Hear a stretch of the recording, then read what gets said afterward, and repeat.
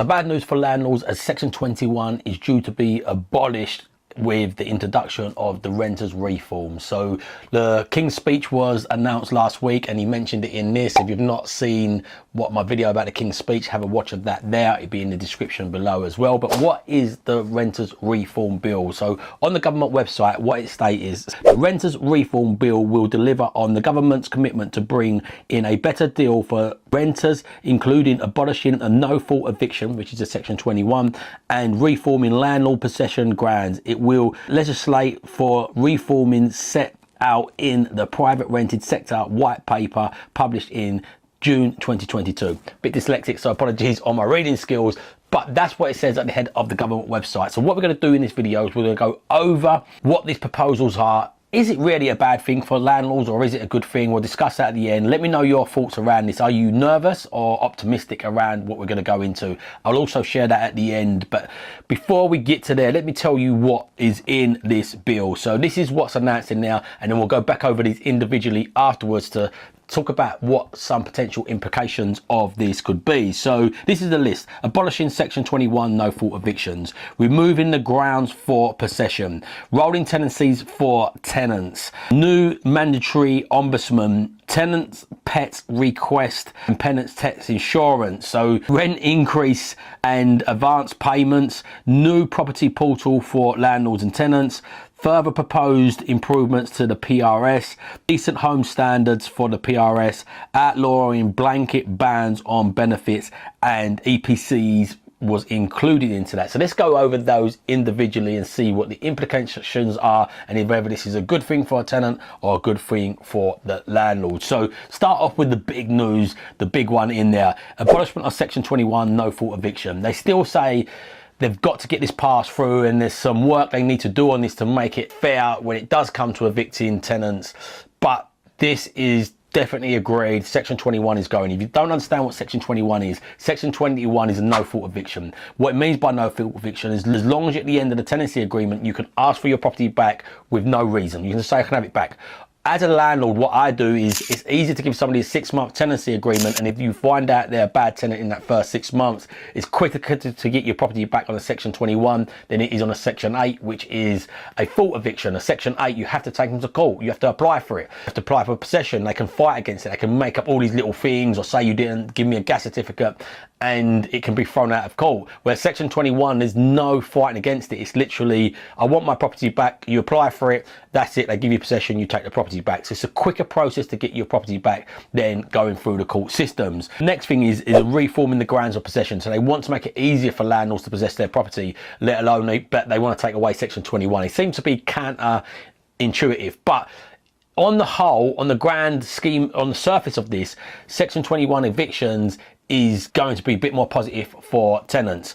This article says more than 35,000 households in England will be evicted by the time the no-fault notice ban is introduced. So basically, a lot of these tenants are worried because at the moment, if you're getting evicted and you're going on to a new tenancy, rents have gone up massively. So there's a lot of people on old rents, and a lot of landlords want to get them out. They can't afford their rent potentially, and they need to get a new tenant in that can afford the rent. So these people don't want to leave. So although there's going to be a little void between them, for tenants in large, it's pretty good news. But there is a little bit of a loophole coming around this, because it states that you cannot evict a tenant unless you're selling the property or giving it to a family member. So I can imagine a lot of landlords coming out saying, yeah, my sister wants to move in that property now, or my cousin wants to move in there. And guess what? When the tenant's out, as it happens, my sister gets on my nerves. She actually changed her mind. I'm not suggesting you do that, but I can imagine that could be a little loophole around that. But anyway, back to this bill. Is it a good thing for landlords? No, I believe it's not such a good thing removing that.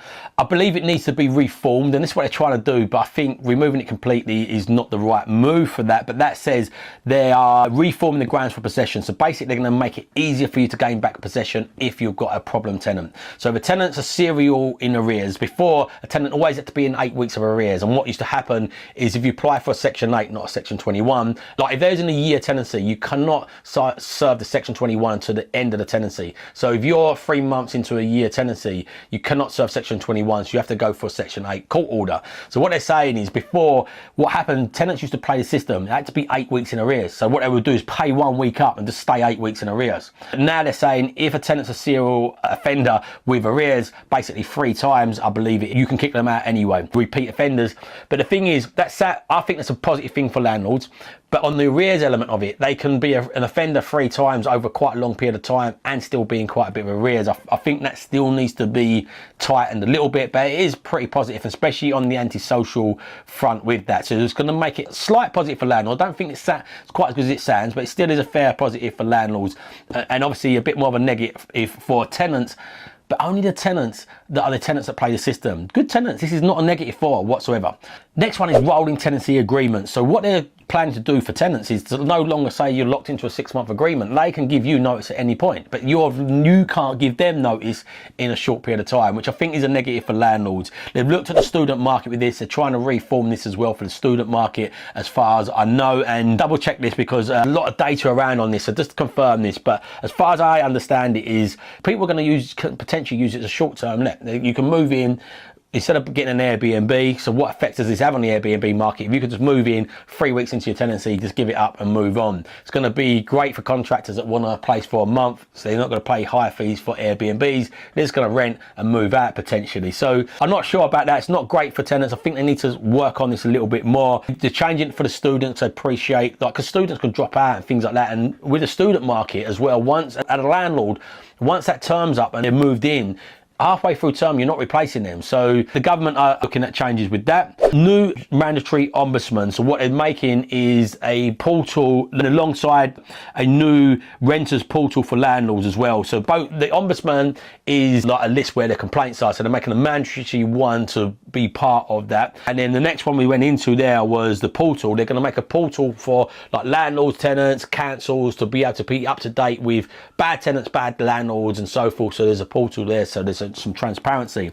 Both of those I think is pretty neutral for both tenants and landlords as well. You no longer be able to refuse ban pets, but you can get them to have insurance with that. When we removed the tenant fees, what we used to do as a landlord, say, look, if you want a pet in there, fine, just give us an extra bit of deposit, so if the pet scratches the skirting boards or pees on the carpet, which pets do, there's an extra bit of money in the pot for the wear and tear. And I didn't know any tenant that didn't mind doing that. That's only fair, you know. So what they've done is remove you from being able to do that, but they're including insurance. You can make the tenant get an insurance, so if the pet ruins a home, you will then be able to claim against that. That's a positive one. I think that's good for tenants and for landlords. I think it's pretty fair then. Rent increases, advance payments. So you're only going to be able to increase the rent incrementally in line with a metric. I'm not sure if that's inflation or not. As I said, there's loads of data on this. Go and do your deeper research. We're scratching on the headline of this, headline things and my views on this. But again, I think that's pretty positive. You should be able to put the rents up in line with what the rents are, in my view. Like, so as long as you're not exceeding that and pushing tenants beyond that, I think that's pretty fair. But it's going to be capped. You can only do it a certain amount per year. So further, like, improvements of the PRS system. PRS system is the property redress scheme. So again, this is just the system to protect both tenants and landlords and the way you sort of file your complaints, and again, decent home standards for the PRS. And again, landlords are going to be more forced to keep decent homes, which I think is a positive thing. You should have decent homes. The one thing I hope though is councils get put under the same rules, because there's a lot of council homes that are really in poor condition, and they're quick to enforce on you and fine you, but they're not quick to look at their self. But outlawing and blanket bans on not accepting benefits and kids. There's new announcements on this at the moment. So not accepting kids, you can no longer accept them. You can no longer say benefits are not allowed, but you are allowed to run your credit checks and affordability checks. So even though you're not allowed to say you're not allowed as a benefits, you can make sure they've got affordability checks. And in most cases, in most areas, benefits does not cover the rent that you'll be asking, so you don't have to take them. But you can no longer outright put on your advert, no DSS, no pets. So is that a positive thing? I think it is a positive thing. I think DSS people need homes, but I think also it is fair to say if they can't afford it, you shouldn't be letting them in unless they can afford the top up, or they can find a guarantor that can afford that. What we do is we get guarantors that can afford to pay the top up for them, we get them to stand on as a guarantor, and we get rent insurance on it. rent. So I don't mind DSS tenants, but if one of my properties, DSS pays £500 for a 3-bedroom, typically in my area now, they used to be 500, so it was great, but now they're more like 650, 700, these properties. DSS tenants can't top up 150, £200 a month. So the government, if they want to help the tenants, they need to up the rate, like they need to get up to date with the rates of what they pay for the rents and make it to the market rents, not what they're capping it at and what they think is fair. They need to look at what are the markets. That's in the north. My property's in the south, for example. I've got a property in the south that the DSS pay £800 a month and the market rent on it is £1,100 a month. I've got a tenant in there I'm charging £900 a month to because I know they couldn't afford any more than £100 a month. And that's just out of the goodness of my heart. I could say you've got to pay me £1,000 and it still be £100 less. I could say you've got to pay me £1,100 and it'll be market value. You have to make these judgment decisions, but these judgments are rapidly changing as the interest rates are going up and getting a push on the market with that. The final one on there is the EPC. They've written this into the bill as well. They've abolished the EPC. There's lots of talk of saying, look, the government's done it now. It's lead up to an election. They want to win some votes. But the EPC registers had to be to a C. They're now saying they no longer have to do that as a landlord. But I would brace yourself. I wouldn't be surprised if Labour got in because the Conservative have had a lot of scandals against them. And I wouldn't be surprised if they turned it over. So as a landlord, I'll still be prepared for that. This is why I like buying ex-local authority properties, because they are really well built and really well insulated, cavity walls, and very easy to get up to EPC standards in most cases. That is a positive thing, I believe. They're not forcing it in. Yes, we want to make our homes more eco-friendly. Yes, we want to make it better for the tenants, but forcing a lot of landlords into this was making a lot of landlords exit the market. So overall, I think it's fairly balanced. I don't think it's a particularly great thing. I don't think it's a particularly bad thing. I think some good things and bad things in there. It has rocked the market. The government in massive trouble at the moment. There are more landlords exiting the market than coming into the market. EPCs was part of that. Again, that's why they reversed that.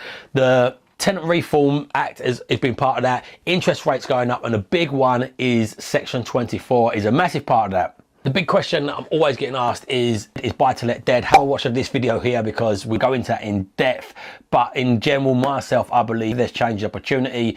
And if you adjust your sails, it's just like a boat. You adjust your sails to where the wind is and you keep on sailing forward, and has massively shifted it into a buyer's market at the moment. So certain areas, the rents are really getting squeezed. In my areas, the rents have gone up higher than what the rates have gone up. So we're still pretty net positive. The difficult stuff I've got for myself is old stock with the tenants that are in there, like with the low rents, tenants that are housing benefits paying me $550 and they can only get £500. I could push it up, but they're not going to be able to afford it, so I've got a decision to make with them. But in general, I've got a balanced all-weather property portfolio, so this gives me protection throughout. If you want to learn more about building an all-weather property portfolio, make sure you watch this video. And if you're still here right now, please hit that subscribe button, share it how it really is useful. Make sure you smash the like button as well. My wife's live my terms. My mission is to help as many people live on their terms. So please help me out by sharing it to people. And remember, if you don't evolve your ideas, you'll never live on your own terms. So evolve your ideas, live on your own terms, and have an amazing day.